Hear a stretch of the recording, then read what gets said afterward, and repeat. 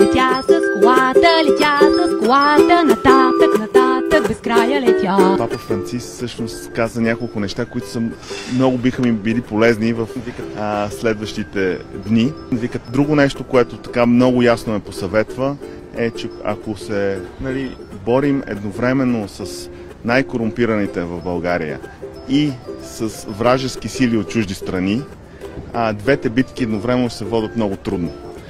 Така че трябва да се опитваме борбата да става на стъпки, а не едновременно във всички посоки, което нашето правителство и в момента се опитва да направи.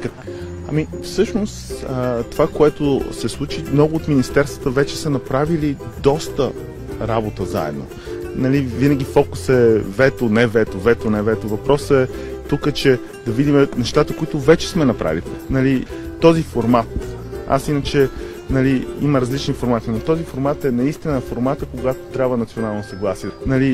Той каза, тази болест е навсякъде, знам, че и във вашата страна и поздравявам вашето правителство, че това е основна цел за изтръгването на тази болест. Наистина той го сравни с болест, даже даде показа на своите ръка, като все едно, че шарка, която тръгва по тялото. В момент трябва да продължите това дело, това е много важно.